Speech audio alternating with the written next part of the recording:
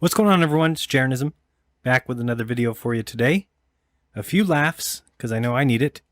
And I also wanted to start off by saying a thank you to everyone who has supported my wife and I through our various methods. If you've used the Amazon link, thanks a million. Or if you're our patron on Patreon, we really do appreciate it very much, and your generosity is awesome.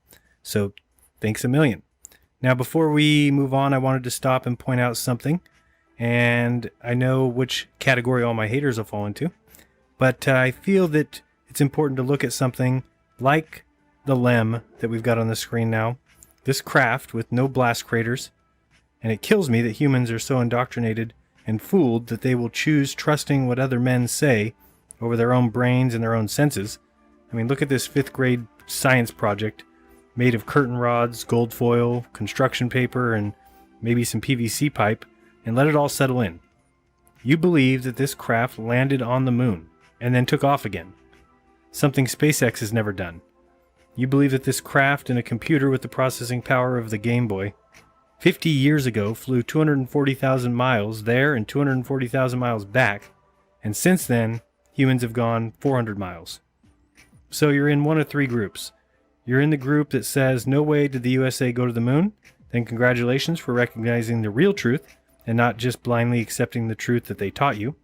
Or you're in the second group that says, well, I'm skeptical about it, and congratulations for that. You're questioning, and you are looking into things more, and I encourage you to do some more research on that. Or you fall into group 3, and those are the ones that leave all the nasty comments and all the hateful messages, and if you're in that group, then don't watch my video.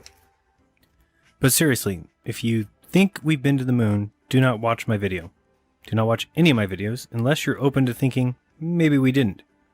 If you are a believer in science, to each their own. I have no problem with that. Go watch Bill Nye debate Ken Ham, or a NASA video on exoplanets, or our recent Juno mission to Jupiter. Anything but my videos. You watching my videos would be like a vegan watching videos on how they process cows into burgers. Or it would be the same as someone with a deathly fear of spiders watching the movie Arachnophobia. It just will make you sick.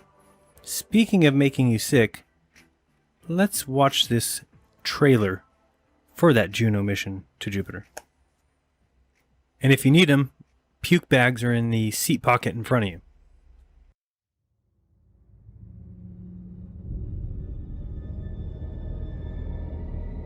The scariest thing to me about Juno are the unknowns.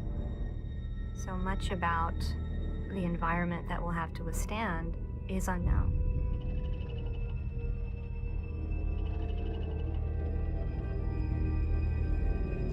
Nothing's really certain about what's going to happen. It's a monster. It's unforgiving. It's relentless. It's spinning around so fast, its gravity is like a giant slingshot, slinging rocks, dust, electrons, whole comets. Anything that gets close to it becomes its weapon. It just so happens, deep inside this body are the secrets we're after. Secrets about our early solar system. It's the biggest and baddest planet in the solar system, and it's got the biggest and baddest radiation and the biggest and baddest magnetic field. The background radiation that we're exposed to on Earth is about 1/3 of a rad. What we expect to see at Jupiter is about 20 million rad. No spacecraft has ever flown this close to Jupiter, flown this deep into the radiation belts. So the real trick is, we gotta go in close, get the data, and get out. And the first time we go in, that's the most dangerous.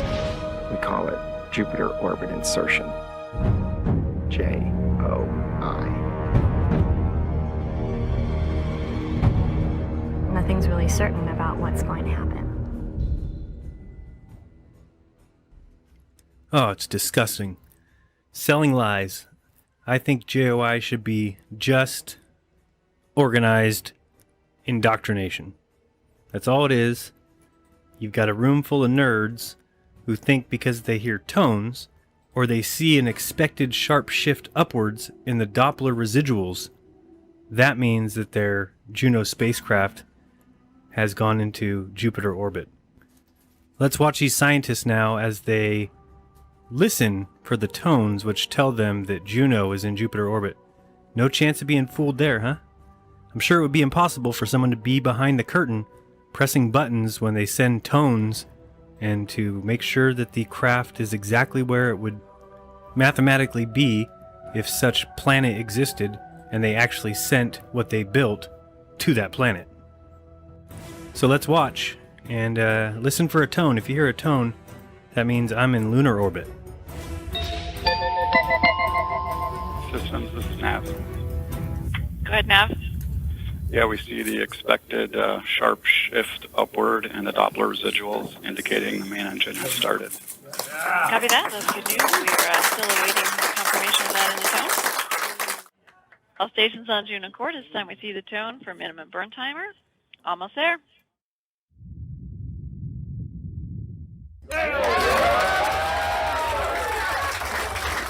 All stations on Juno Accord. We have the tone for burn cutoff on Delta B. Roger, go move, Juno.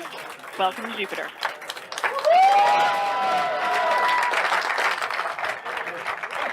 Burn time was 21:02 seconds, only differing 1 second off of the pre-burn predictions. What a feeling. A mission of this complexity to accomplish tonight is just truly amazing. And it really highlights the partnership and the teamwork between NASA and our contractors and our partners to be able to achieve this amazing, amazing mission. So tonight, through tones, Juno sang to us, and it was a song of perfection. The team, the amount of time and effort everyone put into this, and the risks that were overcome, it's amazing. I mean, the more you know about the mission, you know just how tricky this was, and to have it be flawless, I mean, I really can't put it into words. You see a handful of people up here, but what we represent is a team of almost 900 people that built and launched Juno, and roughly 300 people that operated it and got us all the way through into Jupiter orbit tonight.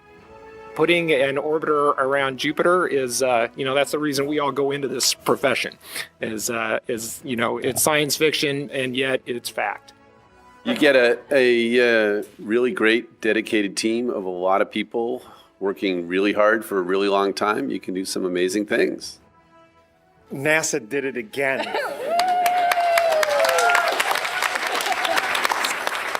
We're in orbit. We conquered Jupiter. And somebody please tell me this is a joke. I mean, how do you say you conquered Jupiter because you got a tone? That's not conquering Jupiter. That doesn't tell you Jupiter exists. It doesn't tell you Juno got to Jupiter. It means there's a little man behind a curtain pressing the buttons that makes you guys think you're doing something. Science fiction, and yet you get tones telling you it's fact. Nothing else. Where's the camera? Of course not. You get CGI, graphics, and nothing more. So let's move on to something a little more fun. I don't know if you've seen this week, but the channel Space Videos has had running all week a non-stop feed on his channel called EVA GoPro. Look back at Russian spacewalk in 2013, Flat Earth debunked. And it is a running stream 24 hours a day, it seems, but it's only 15 minutes of footage of a Russian spacewalk in 2013. And I don't know why they think it debunks the flat Earth. The Earth is much too small. Nothing about it looks real. But even more importantly is watching the two astronauts. They clearly are doing nothing at all. So what I was able to do is I found the audio from that spacewalk. So it is two cosmonauts. Their names are Bertha and Boris. And this is exclusive right here. You won't find it anywhere else. Let's listen in. The official start time of today's spacewalk, 6:45 a.m. Central Time, 7:45 a.m. Eastern Time. The outer hatch to the Quest airlock is open, and the crew will be making their way outside of Quest a short time from now. Bertha. What are you doing over there? More than you're doing. It's not true. Holding this sword. I'm trying to wrap this rope around this coil with the cord. Whatever you're doing a terrible job. Thank you. I try. I do. I'm gonna take a nap. You're taking too long.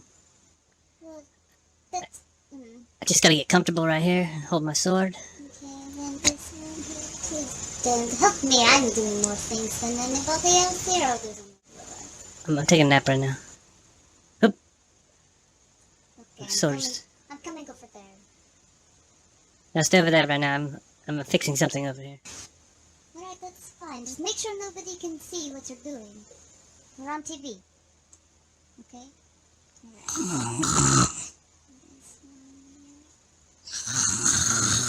Boris! Oh, what?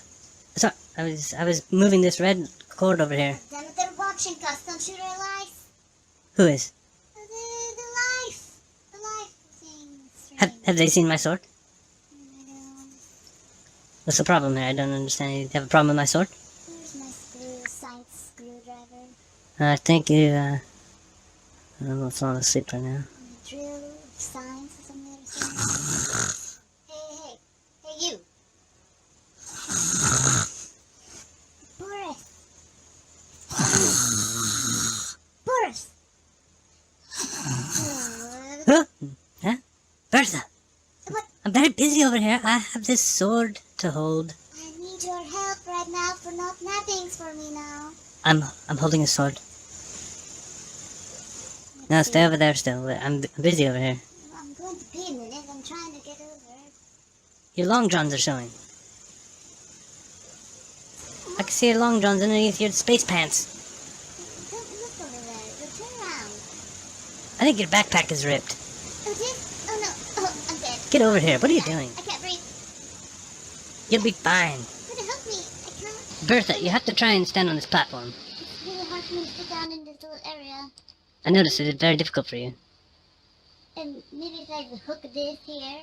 Yeah, hook it over there. Hook this here, and then, well, where should I hook? On the string right there. Hook it on the string. Something that I can't reach. The string, Bertha, the string. I can't reach. There you go, right there. Thank you. I have to help you with everything. You're not helping me right now. Yeah, I'm holding up this ladder for you. How else would you be hanging here? Hold on, I'm trying to. I think I can. You're kind of bumping into my platform. If you could help me, then I would do it. I'm holding this sword. Okay, then I'll get over there in a minute. I'm tangled. I'm caught. Help me. You're fine. I'm gonna strangle. You're stressing out for no reason. Okay, it's alright. Relax. Imagine the difficulty I have holding this sword. I can't imagine. It's so difficult. I'm gonna take another nap then. Oh, you said they're watching us? Yes, it's a live stream. Oh, a live stream. Okay. Oh God. Oh, oops. You bumped the camera now. Now they're not watching us. Well, You should come over here now. I can't quite make it over there. You're making a mockery of this whole spacewalk. I am. Yeah, I'm holding this sword. I don't think you're holding it right. Oh, excuse me. Do you know the importance behind holding this? No. Not today. You're not touching this sword. I'm coming over there right now. But you can come over, but you're gonna stay on the edge here. Oh God. I got dibs on the platform and the sword. Oh no, I think I'm going to come loose here.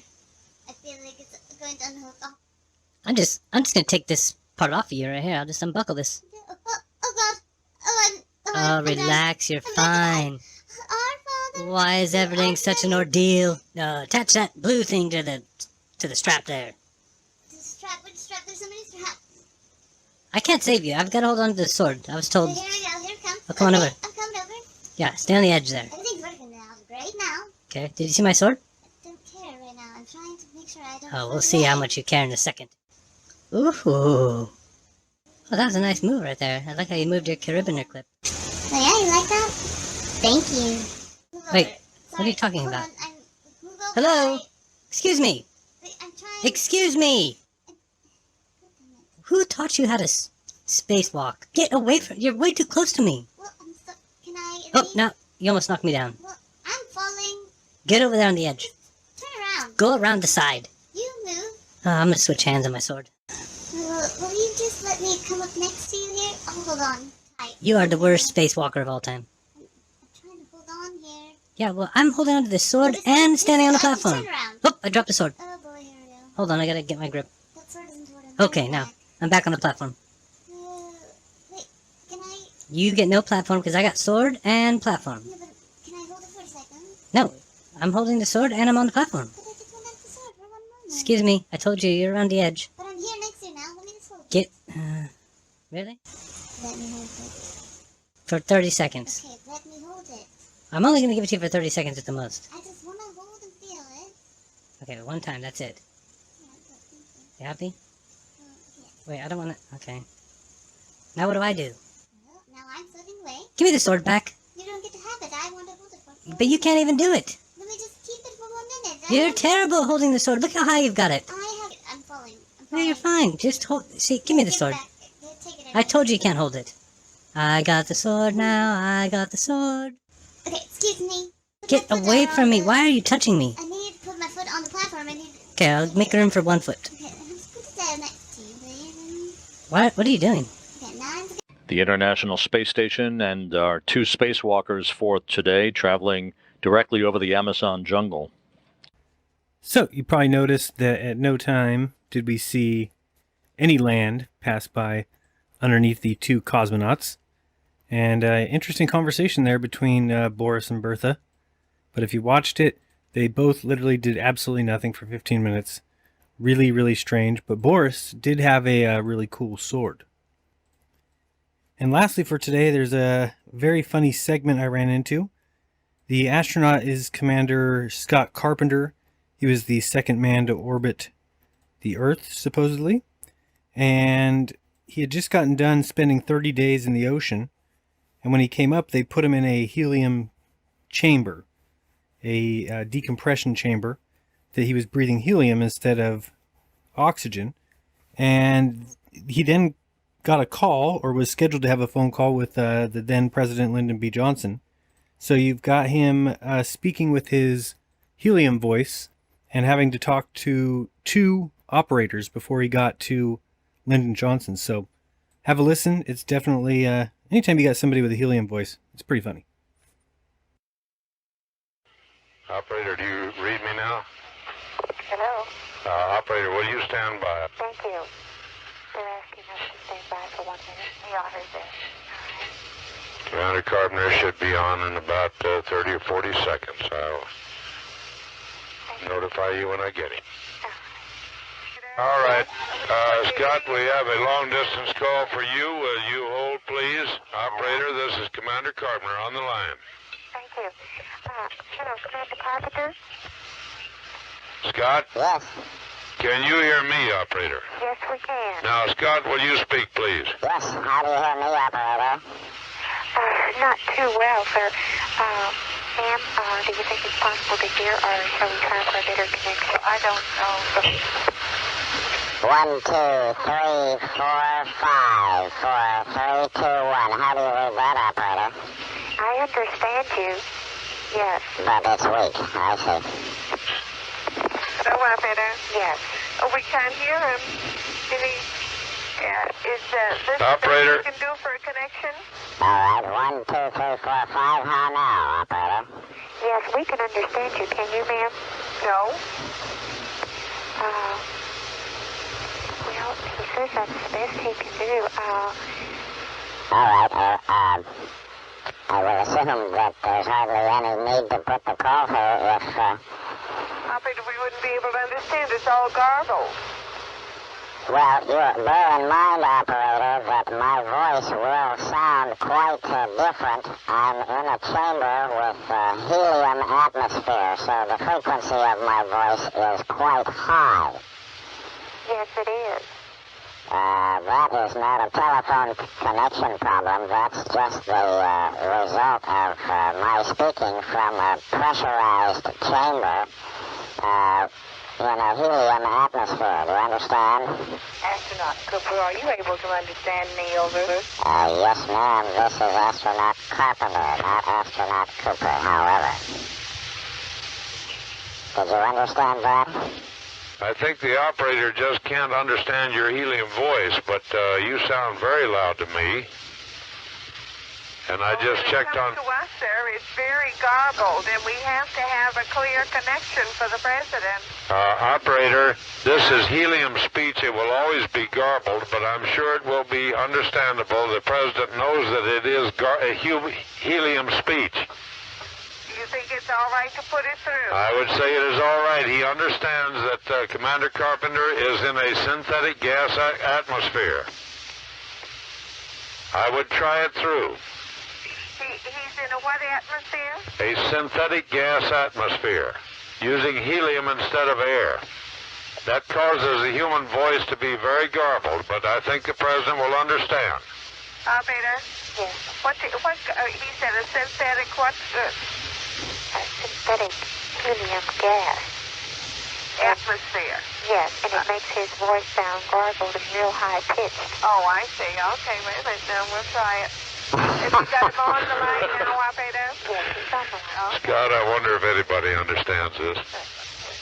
Well, I don't know. The operator said that she knew what I was trying to tell her, but apparently she didn't. Oh. Well, we just sit tight and see. All right.